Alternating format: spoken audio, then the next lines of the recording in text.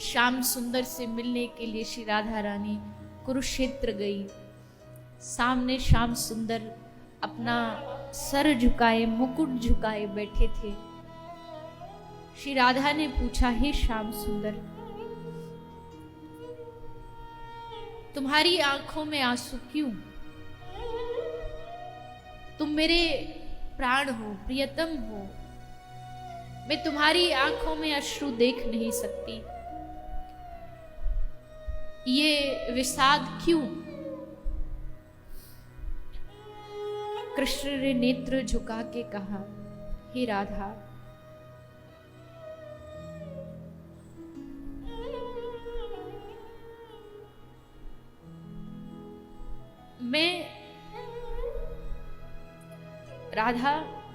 मैं तेरा अपराधी हूं। लोग भले मेरे यश का गुणगान करें, लोग भले कहे कृष्ण ये है, कृष्ण वो है, लेकिन मैं कृष्ण जानता हूं, मैंने अपराध किया, मैंने भूल की, और वो भूल थी तुम निष्ठुर, तुम प्रेमी ब्रजवासियों को छोड़ करके, निष्ठुर हृदय बना करके मैं ब्रज से आ गया, भाग करके आ गया। वो भी मैं इसलिए भागा, जब कोई व्यक्ति बहुत ऋण ले ले, कर्जा ले ले, और कर्जा लेने के बाद उसकी चुकाने की हिम्मत ना हो, तो वो वहां से भाग जाता है। मेरे बस का नहीं है। इन ब्रज के लोगों ने मुझे इतना प्रेम दिया कि मुझे लगा कि कृष्ण अब तू इनका ऋण उतार नहीं पाएगा, अब भाग जाए यहां से।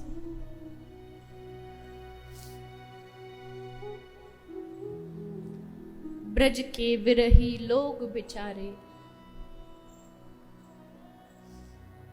किसको जाके कहें अपने हृदय की व्यथा? कहां कमी थी हमारे प्रेम में जो कृष्ण छोड़ करके चला गया।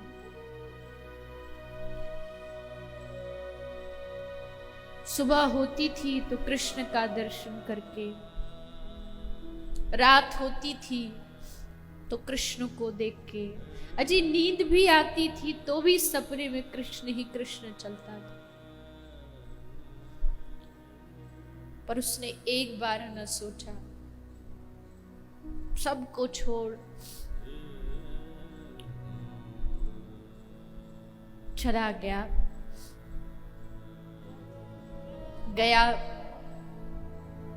ब्रजवासियों ने भी प्रतीक्षा में अपना जीवन बिता दिया। प्रतीक्षा करते करते करते कभी कभी कृष्ण से शिकायत नहीं की कि तू क्यों छोड़ करके गया। यही तो गोपी प्रेम है।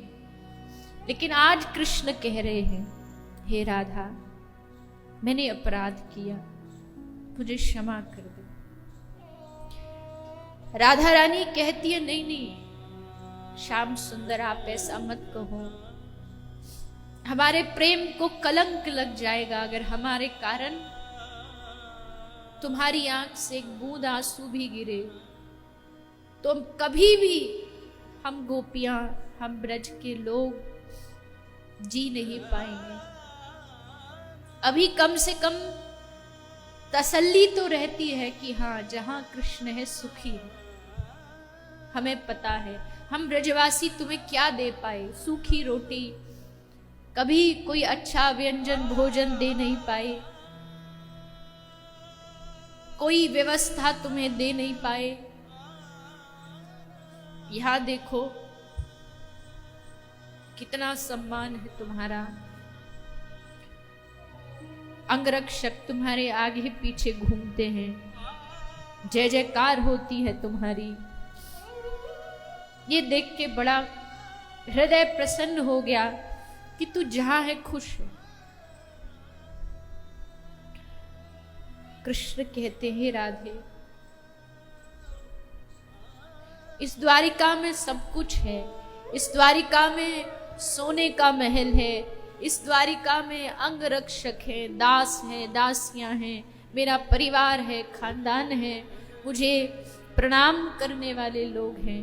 पर हे राधा, इस द्वारिका में कोई मुझे गले लगाने वाला नहीं है, मुझे प्यार से कोई कन्हैया कहने वाला नहीं है।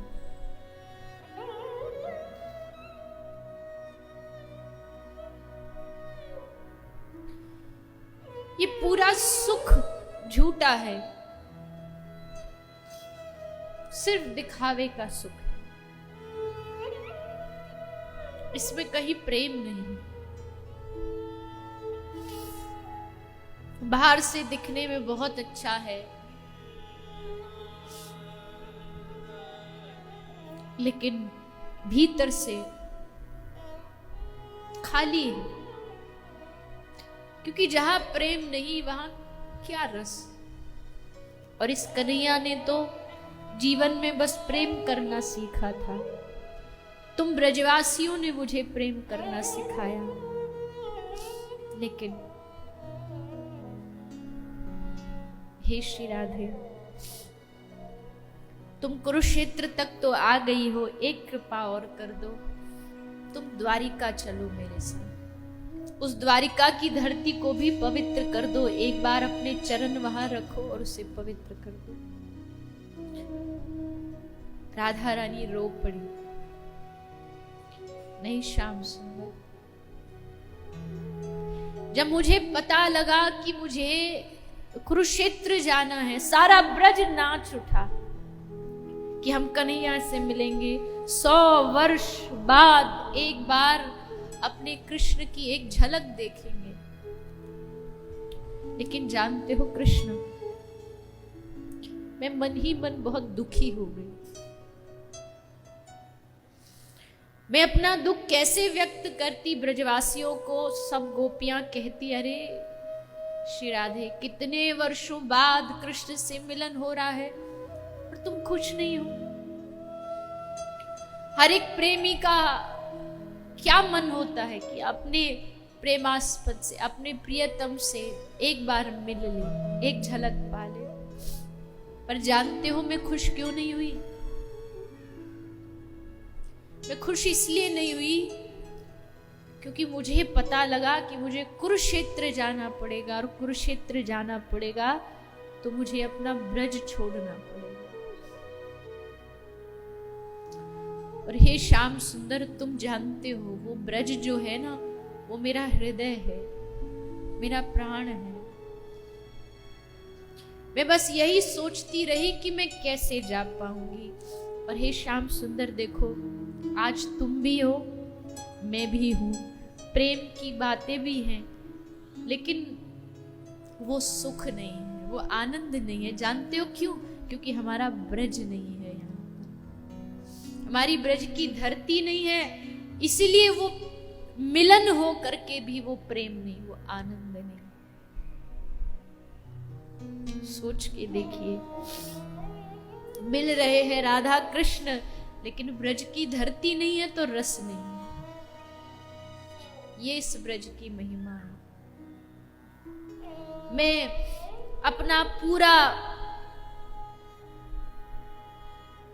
प्रयास करके, जितना सामर्थ्य है पूरा सामर्थ्य लगा के भी इसकी महिमा गाऊं तो शब्द नहीं मिलेंगे। ऐसी ब्रज की धरती है, ऐसी वृंदावन की रज है, ऐसी पूरा ये ब्रजधाम, पूरा ये आदि वृंदावन। और इस वृंदावन में भी जो बरसाना है वो तो श्री राधा रानी के अपने हाथों के द्वारा सजाया गया है। क्षमा करना, लेकिन थोड़ा सा देखो, तीर्थों में भौतिकता तो आई जाती है, समय अनुसार बिल्डिंगें बन जाती हैं, बहुत सारे लोग आने लगते, सब कुछ हो जाता है, लेकिन बरसाना आज भी वही है जो श्री राधा रानी ने सजाया था, बनाया था। गहवर वन आज भी वैसा ही है जो श्री राधा रानी ने एक एक वृक्ष वहां अपने हाथों से लगाए कि ये मेरा वन है, ये मेरा धाम है। और आज भी उस श्रीधाम बरसाना में श्री कृष्ण चारों ओर चहुं ओर देखता रहता है कि कौन श्री राधा रानी का आश्रित यहाँ आए और मैं उसकी सेवा करूं। श्याम दृष्टि ललचाही, ललचाता रहता है कि कौन ऐसा उनका प्रेमी आ जाए जिसकी मुझे सेवा का अवसर मिल जाए।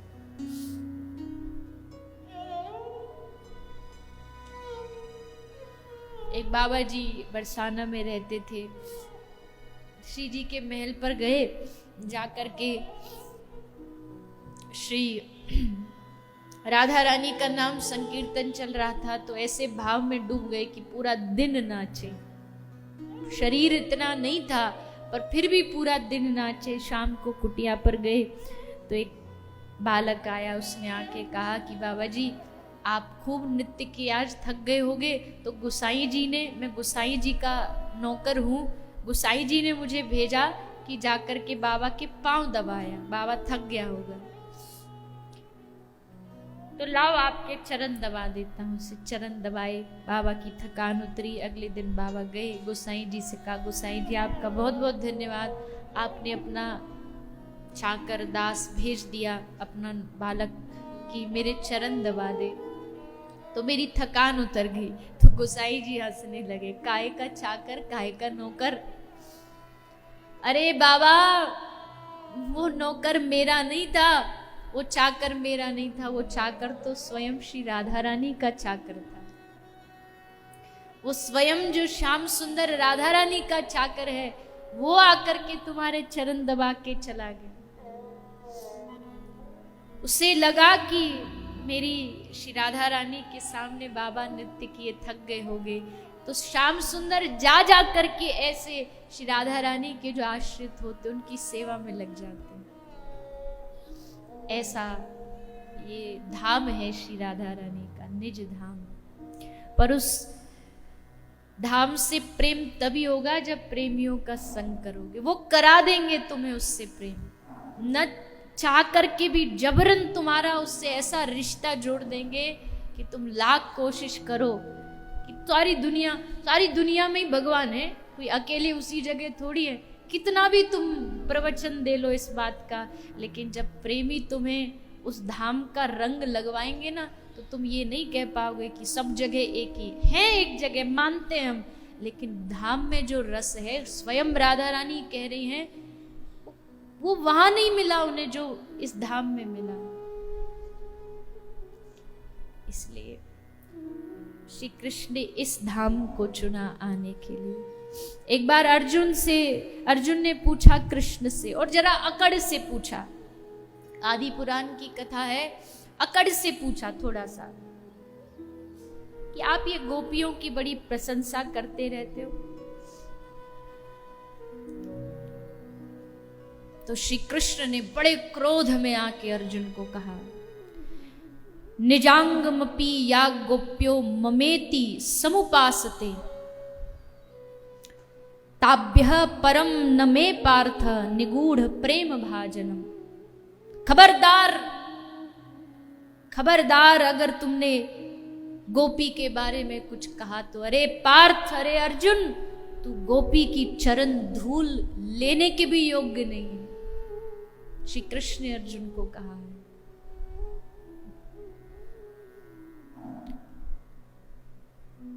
अर्जुन भक्त है भगवान का, और भक्त भी नहीं, नर नारायण का जो अवतार है अर्जुन, इसमें कोई दोहराया नहीं।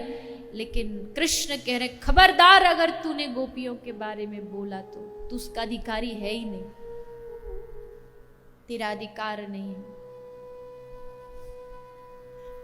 गोपी अपने शरीर को अपना नहीं मानती, वो सुबह स्नान इसलिए नहीं करती कि उनका शरीर सुंदर दिखे या उसमें से सुगंध आए, वो इसलिए शरीर को स्नान कराती है ताकि सुबह उठे और शाम सुंदर हमें देखे, देख करके एकदम प्रसन्न हो जाए कि आहा गोपी बड़ी सुंदर लग रही है, उनकी प्रसन्नता के लिए करती है। तू क्या गोपी के बारे में बोल रहा है? डांटा श्री कृष्ण ने अर्जुन को।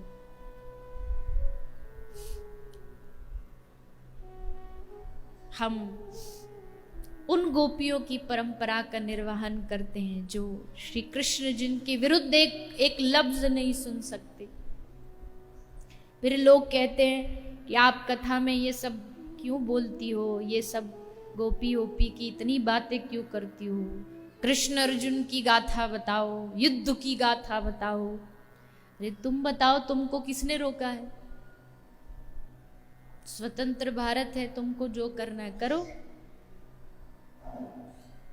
तुमको कभी रोका हो कि नहीं? तुम नहीं कह सकते, तुम कहो जितना तुम कह सकते हो। हमें तो बस ये गोपियों का प्रेम बहाता है, इसलिए वो बोलते हैं। श्याम सुंदर की संबंधी जो कामना वही गोपी करती है, सकाम प्रेम नहीं करती गोपी। मान लीजिए कोई व्यक्ति आप जिनसे प्रेम करते हो आपकी तरफ आ रहा और वहां से आपको देखता देखता आ रहा हो, लेकिन आपके पास जैसे आए तो नजर घुमा के निकल जाए, तो अगर सकाम प्रेम होगा तो इसी में आपका मुंह बन जाएगा। हमको पागल समझते, वहां से तो देखते आ रहे थे, यहाँ आते ही हमको देखा तक नहीं, हमको प्रणाम तक नहीं किया, हमारी तरफ देख करके मुस्कुराए नहीं। मुझे तो पता ही था प्यार व्यार कुछ नहीं है, सब ढोंग है, सब ऐसा है, सब वैसा है। ये होता है संसारिक प्रेम। यही गोपी होंगी निष्काम भाव से तो मालूम है क्या बोलेंगी, उनका प्रेम और बढ़ जाएगा इस बात को देख करके। क्यों बढ़ जाएगा? वो क्या बोलेंगी कि देखो उधर से तो हमको देखते आ रहे थे, पर यहाँ जैसे हमारे पास आया तो संकोच के कारण हमसे नजरें हटा ली, संकोच के कारण उधर देखने लगा। वाह वाह, ऐसी अदा पर वारी जाऊं, देख भी नहीं पा रहा, हमको इतना प्रेम है। अब यही फर्क होता है सकाम प्रेम में और गोपी प्रेम में। सकामी होए तो बस प्रेमिका के दुश्मन है, ये तो हमारे देख भी नहीं सकते हमें। मुझे क्या देखो, जाओ आज से हम तुम्हें ही नहीं देखेंगे।